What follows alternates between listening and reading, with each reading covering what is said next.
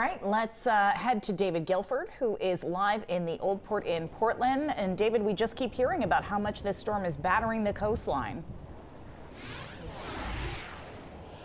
That's absolutely true here too, Brian and Amanda. Welcome to the famous Portland Pier here in the Old Port. You look down at the end, there's Luke's Lobster, the seafood restaurant there. They always put up this lobster trap tree ahead of Christmas, and it's actually lit. That might be a bit of a good sign for them. But look at the street in front of it on the pier.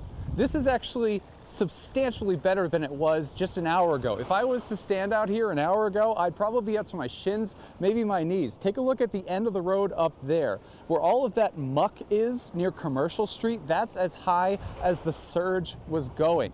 And then take a look over here, Scout, to our left. The surge there, it's still lapping up on the side of the pier here. And this is what we're seeing all the way down the Old Port. We started on the pier behind Becky's Diner. That was a much more working waterfront with a lot of lobster boats that were just being pounded by the winds and the surge there. And that was coming up on the pier. And then we came behind DeMillo's just over the way, and people were rushing out to get their cars because the water was coming up to their doors. Unfortunately, you mentioned the outages earlier.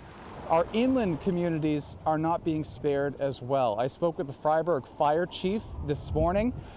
I went up there on Saturday when they lost power all day throughout the weekend. The entire town did.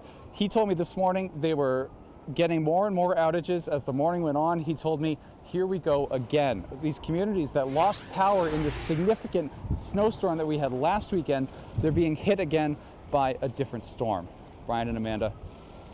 David Guildford live for us in Portland tonight. You can see even with those wind gusts coming, the water's still coming up on the streets there. So certainly be careful if you are headed out at all. David, thanks to you.